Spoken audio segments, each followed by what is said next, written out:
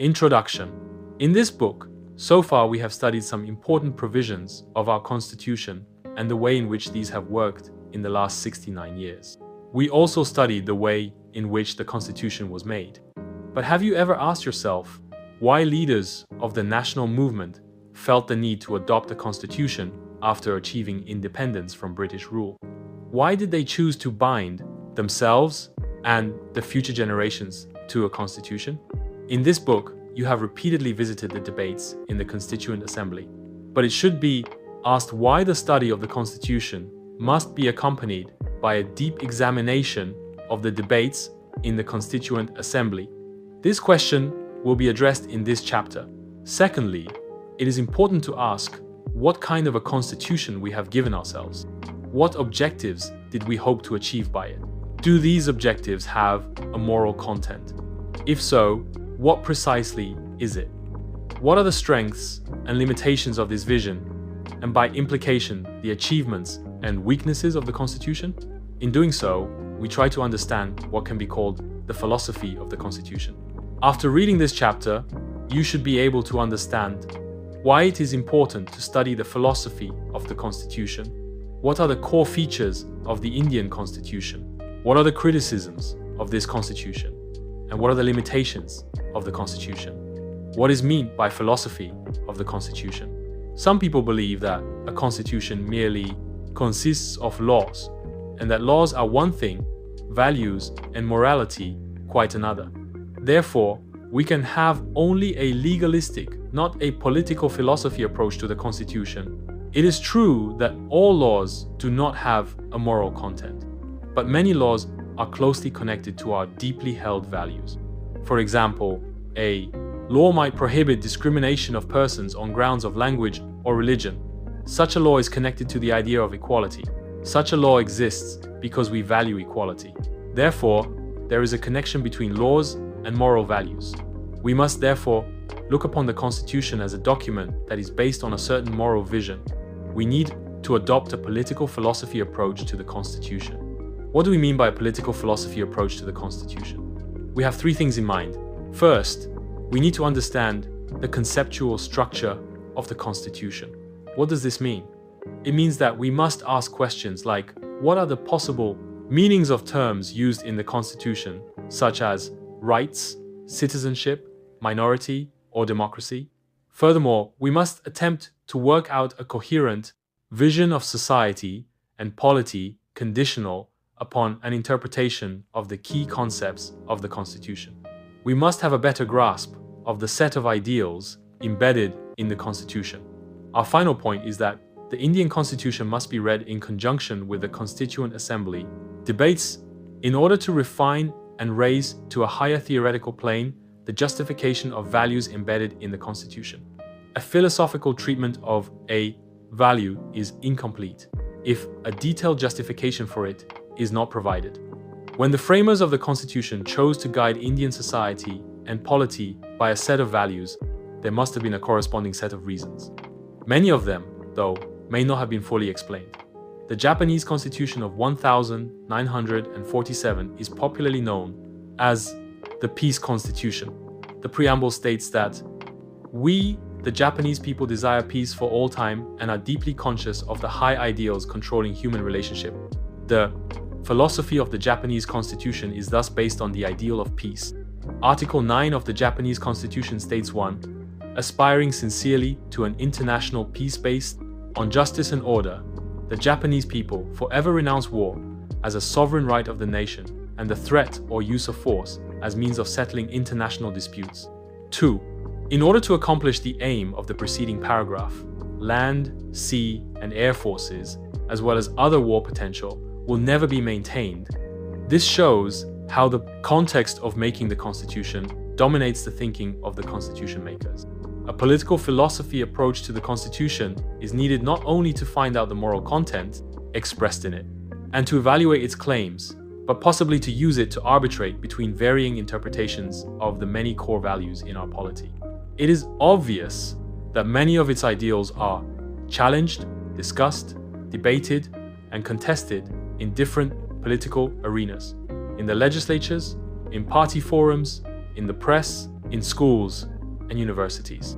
These ideals are variously interpreted and sometimes willfully manipulated to suit partisan short-term interests.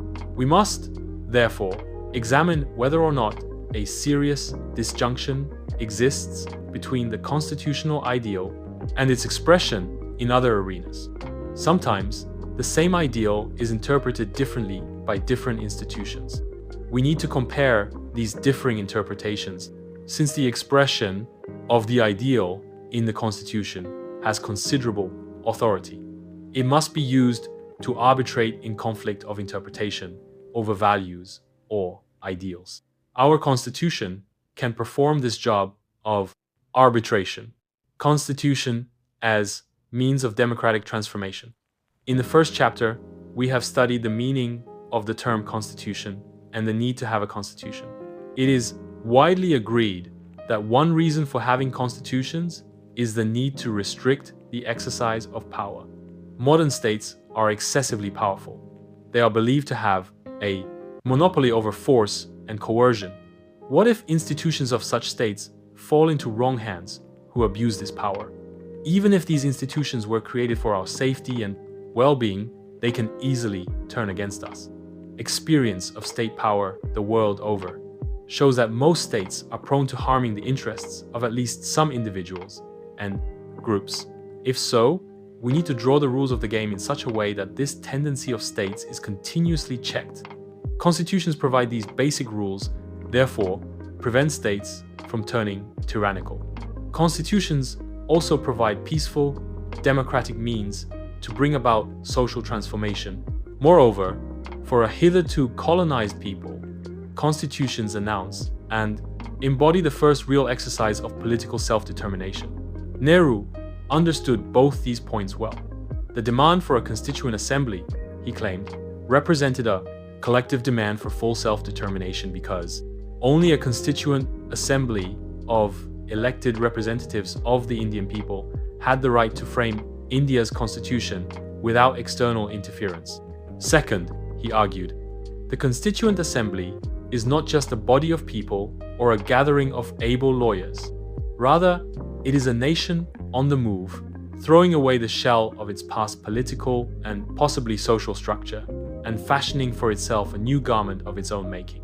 The Indian Constitution was designed to break the shackles of traditional social hierarchies and to usher in a new era of freedom, equality, and justice. This approach had the potential of changing the theory of constitutional democracy altogether.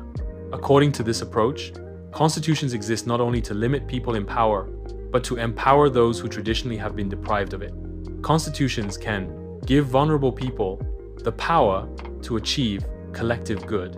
Why do we need to go back to the Constituent Assembly? Why look backwards and bind ourselves to the past? That may be the job of a legal historian to go into the past and search for the basis of legal and political ideas. But why should students of politics be interested in studying the intentions and concerns of those who framed the Constitution? Why not take account of changed circumstances and define anew the normative function of the Constitution? In the context of America, where the Constitution was written, in the late 18th century, it is absurd to apply the values and standards of that era to the 20th century. However, in India, the world of the original framers, and our present-day world may not have changed so drastically. In terms of our values, ideals, and conception, we have not separated ourselves from the world of the Constituent Assembly. A history of our Constitution is still very much a history of the present. Furthermore, we may have forgotten the real point underlying several of our legal and political practices simply because somewhere down the road we began to take them for granted. These reasons have now slipped into the background, screened off from our consciousness, even though they still provide the organizational principle to current practices. When the going is good, this forgetting is harmless. But when these practices are challenged or threatened, neglect of the underlying principles can be harmful. In short, to get a handle on current constitutional practice, to grasp their value and meaning, we may have no option but to go back in time to the Constituent Assembly debates, and perhaps even further back in time to the colonial era. Therefore, we need to remember and keep revisiting the political philosophy underlying our Constitution. What is the political philosophy of our Constitution? It is hard to describe this philosophy in one word. It resists any single label because it is liberal, democratic, egalitarian, secular, and federal. Open to community values, sensitive to the needs of religious and linguistic minorities, as well as historically disadvantaged groups, and committed to building a common national identity. In short, it is committed to freedom, equality, social justice, and some form of national unity.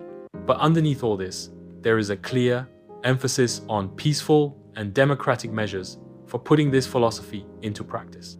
Individual freedom. The first point to note about the Constitution is its commitment to individual freedom. This commitment did not emerge miraculously out of calm deliberations around the table. Rather, it was the product of continuous intellectual and political activity of well over a century. As early as the beginning of the 19th century, Ram Mohan Roy protested against curtailment of the freedom of the press by the British colonial state. Roy argued that a state responsive to the needs of individuals must provide them the means by which their needs are communicated. Therefore, the state must permit unlimited liberty of publication. Likewise, Indians continued to demand a free press throughout the British rule. It is not surprising, therefore, that freedom of expression is an integral part of the Indian Constitution. So is the freedom from arbitrary arrest. After all, the infamous Rowlatt Act, which the national movement opposed so vehemently, sought to deny this basic freedom. These and other individual freedoms, such as freedom of conscience, are part of the liberal ideology. On this basis, we can say that the Indian Constitution has a pretty strong liberal character. In the chapter on fundamental rights, we have already seen how the Constitution values individual freedom. It might be recalled that for over 40 years before the adoption of the Constitution, every single resolution, scheme, bill, and report of the Indian National Congress mentioned individual rights, not just in passing, but as a non-negotiable value. Social justice. When we say that the Indian Constitution is liberal, we do not mean that it is liberal only in the classical Western sense. In the book on political theory, you will learn more about the idea of liberalism. Classical liberalism always privileges rights of the individuals over demands of social justice and community values. The liberalism of the Indian Constitution differs from this version in two ways. First, it was always linked to social justice. The best example of this is the provision for reservations for scheduled castes and scheduled tribes in the Constitution. The makers of the Constitution believed that the mere granting of the right to equality was not enough to overcome age-old injustices suffered by these groups or to give real meaning to their right to vote. Special constitutional measures were required to advance their interests. Therefore, the Constitution makers provided a number of special measures to protect the interests of scheduled castes and scheduled tribes, such as the reservation of seats in legislatures. The Constitution also made it possible for the government to reserve public sector jobs for these groups. Indian liberalism has two streams. The first stream began with Ram Mohan Roy. He emphasized individual rights, particularly the rights of women. The second stream included thinkers like K.C. Sen, Justice Ranade, and Swami Vivekananda. They introduced the spirit of social justice within Orthodox Hinduism. For Vivekananda, such a reordering of Hindu society could not have been possible without liberal principles. K.M. Panikar, In Defense of Liberalism. Bombay, Asia Publishing House, 1962. Respect for diversity and minority rights. The Indian Constitution encourages equal respect between communities. This was not easy in our country. First, because communities do not always have a relationship of equality. They tend to have hierarchical relationships with one another, as in the case of caste. Second, when these communities do see each other as equals, they also tend to become rivals, as in the case of religious communities. This was a huge challenge for the makers of the Constitution. How to make communities liberal in their approach and foster a sense of equal respect among them under existing conditions of hierarchy or intense rivalry. It would have been very easy to resolve this problem by not recognizing communities at all, as most Western liberal constitutions do. But this would have been unworkable and undesirable in our country. This is not because Indians are attached to communities more than others. Individuals everywhere also belong to cultural communities, and every such community has its own values, traditions, customs, and language shared by its members. For example, individuals in France or Germany belong to a linguistic community and are deeply attached to it. What makes us different is that we have more openly acknowledged the value of communities. More importantly, India is a land of multiple cultural communities. Unlike Germany or France, we have several linguistic and religious communities. It was important to ensure that no one community systematically dominates others. This made it mandatory for our constitution to recognize community-based rights. One such right is the right of religious communities to establish and run their own educational institutions. Such institutions may receive money from the government. This provision shows that the Indian Constitution does not see religion merely as a private matter concerning the individual. Secularism. Secular states are widely seen as treating religion as only a private matter. That is to say, they refuse to give religion public or official recognition. Does this mean that the Indian Constitution is not secular? This does not follow. Though the term secular was not initially mentioned, the Indian Constitution has always been secular. The mainstream Western conception of secularism means mutual exclusion of state and religion in order to protect values such as individual freedom and citizenship rights of individuals. Again, this is something that you will learn more about in political theory. The term mutual exclusion means this: both religion and state must stay away from the internal affairs of one another. The state must not intervene in the domain of religion. Religion likewise should not dictate state policy or influence the conduct of the state. In other words, mutual exclusion means that religion and state must be strictly separated. What is the purpose behind strict separation? It is to safeguard the freedom of individuals. States which lend support to organized religions make them more powerful than they already are.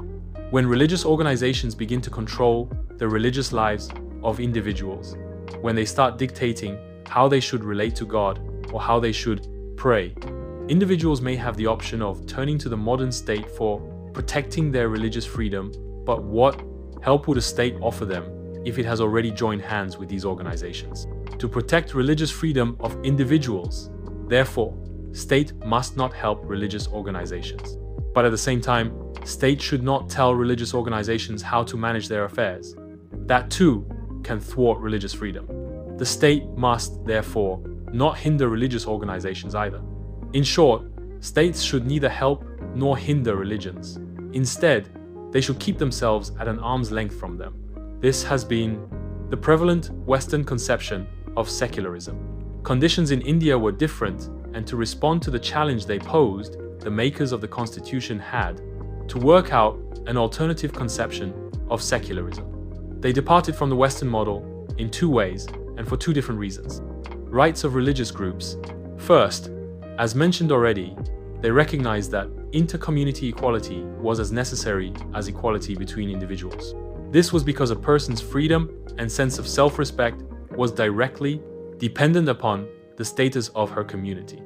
If one community was dominated by another, then its members would also be significantly less free. If, on the other hand, their relations were equal, marked by an absence of domination, then its members would also walk about with dignity, self-respect, and freedom. Thus, the Indian Constitution grants rights to all religious communities, such as the right to establish and maintain their educational institutions. Freedom of religion in India means the freedom of religion of both individuals and communities. State's power of intervention. Second, separation in India could not mean mutual exclusion. Why is it so? Because religiously sanctioned customs such as untouchability deprived individuals of the most basic dignity and self-respect. Such customs were so deeply rooted and pervasive that without active state intervention, there was no hope of their dissolution. The state simply had to interfere in the affairs of religion. Such intervention was not always negative. The state could also help religious communities by giving aid to educational institutions run by them. Thus, the state may help or hinder religious communities depending on which mode of action promotes values such as freedom and equality. In India, separation between religion and state did not mean their mutual exclusion, but rather principled distance, a rather complex idea that allows the state to be distant from all religions so that it can intervene or abstain from interference, depending upon which of these two would better promote liberty, equality, and social justice. We have hitherto mentioned 3 core features. These can also be seen as the achievements of our Constitution. First, our Constitution reinforces and reinvents forms of liberal individualism. This is an important achievement because this is done in the backdrop of a society where community values are often indifferent or hostile to individual autonomy. Second, our Constitution upholds the principle of social justice without compromising on individual liberties. The constitutional commitment to caste-based affirmative action program shows how much ahead India was compared to other nations.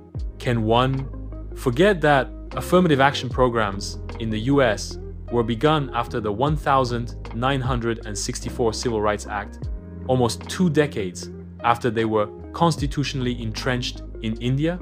Third, against the background of intercommunal strife, the Constitution upholds its commitment to group rights, the right to the expression of cultural particularity. This indicates that the framers of the Constitution were more than willing to face the challenges of what more than 4 decades later has come to be known as multiculturalism. Universal franchise. 2 other core features may also be regarded as achievements. First, it is no mean achievement to commit oneself to universal franchise, especially when there is widespread belief that traditional hierarchies in India are congealed and more or less impossible to eliminate, and when the right to vote has only recently been extended to women and to the working class in stable Western democracies. Once the idea of a nation took root among the elite, the idea of democratic self-government followed. Thus, Indian nationalism always conceived of a political order based on the will of every single member of society. The idea of universal franchise lay securely within the heart of nationalism. As early as the Constitution of India Bill 1895, the first non-official attempt at drafting a constitution for India, the author declared that every citizen, that is anyone born in the Assembly, has adopted the principle of adult franchise with an abundant faith in the common man and the ultimate success of democratic rule, and in the full belief that the introduction of democratic government on the basis of adult suffrage will promote the well-being. Aladi Krishnaswamy Iyer, CAD, Volume 11, 835, 23 November 1949. India had a right to take part in the affairs of the country and be admitted to public office. The Motilal Nehru Report 1928 reaffirms this conception of citizenship, reiterating that every person of either sex who has attained the age of 21 is entitled to vote for the House of Representatives or Parliament. Thus, from very early on, universal franchise was considered as the most important and legitimate instrument by which the will of the nation was to be properly expressed. Federalism. Second, by introducing the article concerning North-East Art 371, the Indian Constitution anticipates the very important concept of asymmetric federalism. We have seen in the chapter on federalism that the Constitution has created a strong central government. But despite this unitary bias of the Indian Constitution, there are important constitutionally embedded differences between the legal status and prerogatives of different subunits within the same federation. Unlike the constitutional symmetry of American federalism, Indian federalism has been constitutionally asymmetric. To meet the specific needs and requirements of some subunits, it was always part of the original design to have a unique relationship with them or to give them special status. Under Article 371A, the privilege of special status was also accorded to the northeastern state of Nagaland. This article not only confers validity on pre-existing laws within Nagaland, but also protects local identity through restrictions on immigration. Many other states, too, are beneficiaries of such special provisions. According to the Indian Constitution, then, there is nothing bad about this differential treatment. Although the Constitution did not originally envisage this, India is now a multilingual federation. Each major linguistic group is politically recognized, and all are treated as equals. Thus, the democratic and linguistic federalism of India has managed to combine claims to unity with claims to cultural recognition. A fairly robust political arena exists that allows for the play of multiple identities that complement one another. National identity, thus, the Constitution constantly reinforces a common national identity. In the chapter on federalism, you have studied how India strives to retain regional identities along with the national identity. It is clear from what is mentioned above that this common national identity was not incompatible with distinct religious or linguistic identities. The Indian Constitution tried to balance these various identities. Yet, preference was given to common identity under certain conditions. This is clarified in the debate over separate electorates based on religious identity, which the Constitution rejects. Separate electorates were rejected not because they fostered difference between religious communities as such, or because they endangered a simple notion of national unity, but they endangered a healthy national life. Rather than forced unity, our Constitution sought to evolve true fraternity, a goal dear to the heart of Dr. Ambedkar. As Sardar Patel put it, the main objective was to evolve one community.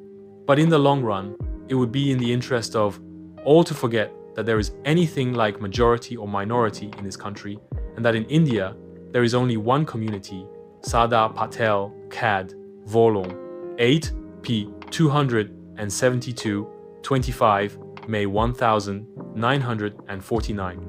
Procedural achievements. All these 5 core features are what might be called the substantive achievements of the Constitution. However, there were also some procedural achievements. First, the Indian Constitution reflects a faith in political deliberation.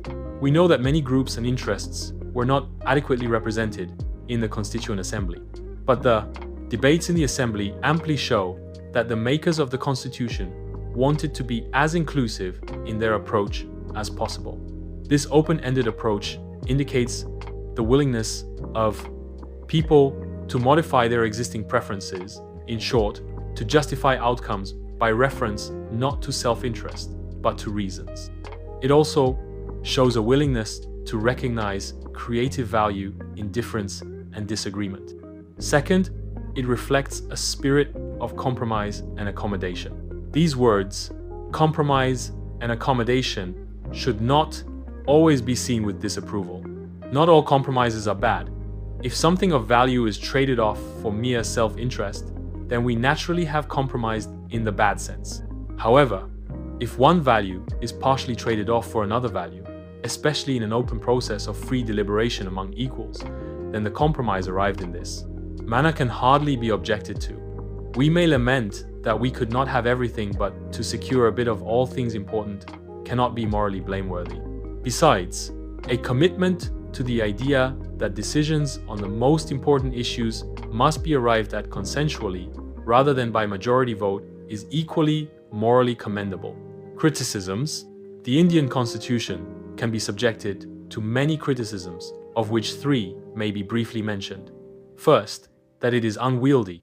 Second, that it is unrepresentative.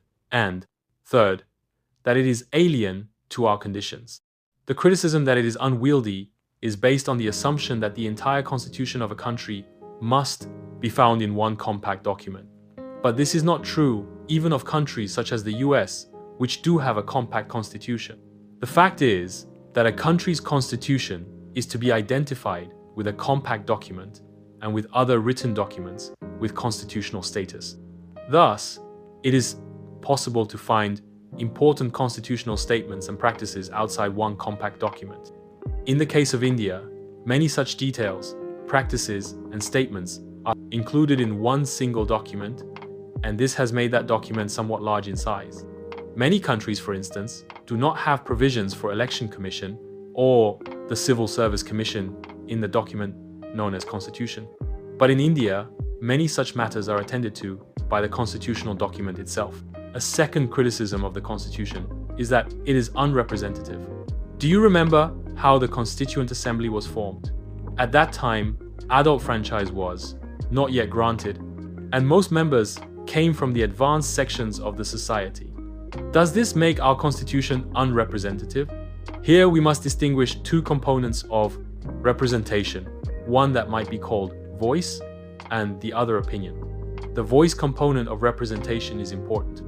People must be recognized in their own language or voice, not in the language of the masters. If we look at the Indian constitution from this dimension, it is indeed unrepresentative because members of the Constituent Assembly were chosen by a restricted franchise, not by universal suffrage. However, if we examine the other dimension, we may not find it altogether lacking in representativeness.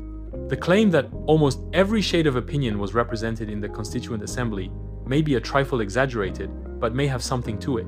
If we read the debates that took place in the Constituent Assembly, we find that a vast range of issues and opinions were mentioned.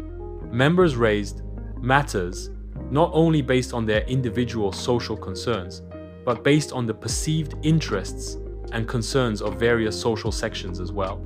Is it a coincidence that the central square of every other small town has a statue of Dr. Ambedkar with a copy of the Indian Constitution? Far from being a mere symbolic tribute to him, this expresses the feeling among Dalits that the Constitution reflects many of their aspirations. A final criticism alleges that the Indian Constitution is entirely an alien document, borrowed article by article from Western constitutions, and sits uneasily with the cultural ethos of the Indian people. This criticism is often voiced by many. Even in the Constituent Assembly itself, there were some voices that echo this concern. How far is this charge true? It is true that the Indian Constitution is modern and partly Western. Do you remember that in the first chapter, we have listed the various sources from which our Constitution borrowed? But in this chapter, you have also seen that it was never a blind borrowing, it was innovative borrowing. Besides, as we shall see, this does not make it entirely alien. First, many Indians have not only adopted modern ways of thinking, but have made these their own. For them, Westernization became a form of protest against the filth in their own tradition. Rammohan Roy started this trend, and it is continued to this day by Dalits.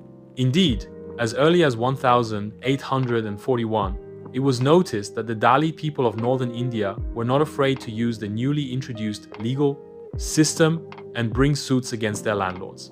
So, this new instrument of modern law was effectively adopted by the people to address questions of dignity and justice. Second, when Western modernity began to interact with local cultural systems, something like a hybrid culture began to emerge, possibly by creative adaptation, for which a parallel can be found neither in Western modernity nor in indigenous tradition. This cluster of newly developed phenomenon, forged out of Western, modern, and indigenous traditional cultural systems, have the character of a different alternative modernity. In non-Western societies, different modernities emerged as non-Western societies tried to break loose not only from their own past practices, but also from the shackles of a particular version of Western modernity imposed on them. Thus, when we were drafting our constitution, efforts were made to amalgamate Western and traditional Indian values. It was a process of selective adaptation and not borrowing. Limitations. All this is not to say that the Constitution of India is a perfect and flawless document.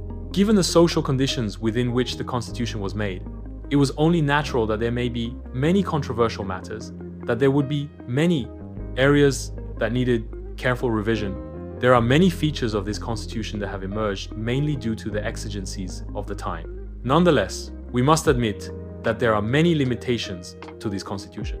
Let us briefly mention the limitations of the constitution. First, the Indian constitution has a centralized idea of national unity. Second, it appears to have glossed over some important issues of gender justice, particularly within the family.